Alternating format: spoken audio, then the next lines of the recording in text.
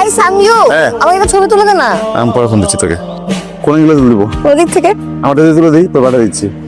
ওরে fake candid, একটা fake candid. দাঁড়া দাঁড়া একটা মিনিট, কি আসছিস, ছবিটা তুলে দিয়ে যা। একটা মিনিট দাঁড়া না। আরে ভাই কতবার বলছে তোরে পিন্টু সে যেমন থাকবে ফোনটা না দেওয়ার জন্য? এই তুই কথা বলতে গেলে আমার সামনে কথা বলতে পারিস না? হ্যাঁ, তোর লুকাই কথা বলতে হবে কেন? ব্যবসায়িক ফোন তো। কিসের বিজনেস? আরে বস না একটা মিনিট, আমি একটু এসো। থাক তুই তোর বিজনেস। পিঙ্কি পরে ফোন দিচ্ছি। তুই জানবি না। হ্যালো, আসসালামু আলাইকুম। বাসায় বড় কেউ নেই? বড় মানে কি সবার বড়? বড় কেউ থাকলে তাকে ফোনটা দাও। আচ্ছা।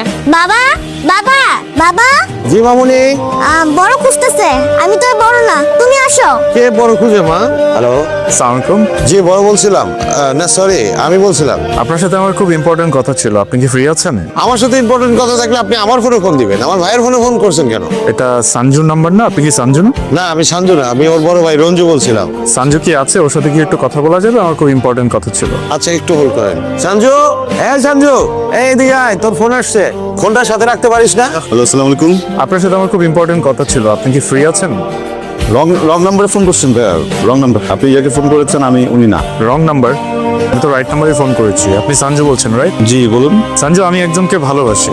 সো আমার মনে হয় আপনি যদি এই ডিলটা করতে পারেন, আপনার ক্যারিয়ারের সবচেয়ে বেশি অ্যামাউন্টের কাজ আপনার এটা হতে যাচ্ছে। ভাইয়া আপনি বললাম না রং নাম্বারে ফোন করছেন, আমি আপনাকে পরে বুঝাই বলতেছি আপনি কেন রং নাম্বারে ফোন করছেন। হ্যাঁ আমি এখন মানে রং নাম্বার ভাইয়া প্লিজ। আসসালামু আলাইকুম। সঞ্জু, এই হাতের মধ্যে বড় হইলি, এইখানে পায়খানা করলি, এইখানে প্রস্রাব করলি, তুই আমার সামনে ভং ধরস, আমার বোঝাস উল্টা পাল্টা। অনেক শিয়ানা হয়ে গেছিস তাই না রে?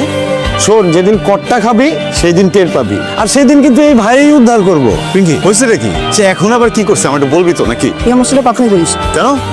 তুই আগেই ভালো ছিল, আমাকে সময় দিতি। এই কাজটা শুরু করার পর থেকে এত ব্যস্ত যে আমাকেই সময় দিস না।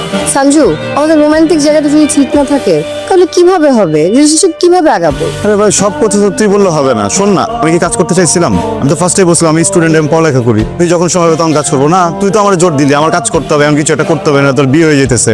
এখন যখন আমি কাজ করতেছি এখন এমন করতেছিস কেন? আরে বাবা আমার তো এক্সপোর্ট ইম্পোর্টের ব্যবসা না, একটু ফোনে কমিউনিকেশনে থাকতে হয়, কথা বলতে হয় ক্লায়েন্টদের সাথে। একটু টাকা পয়সা কামাই নি, এই ব্যবসা চেঞ্জ করে ফেলবো বুঝছিস?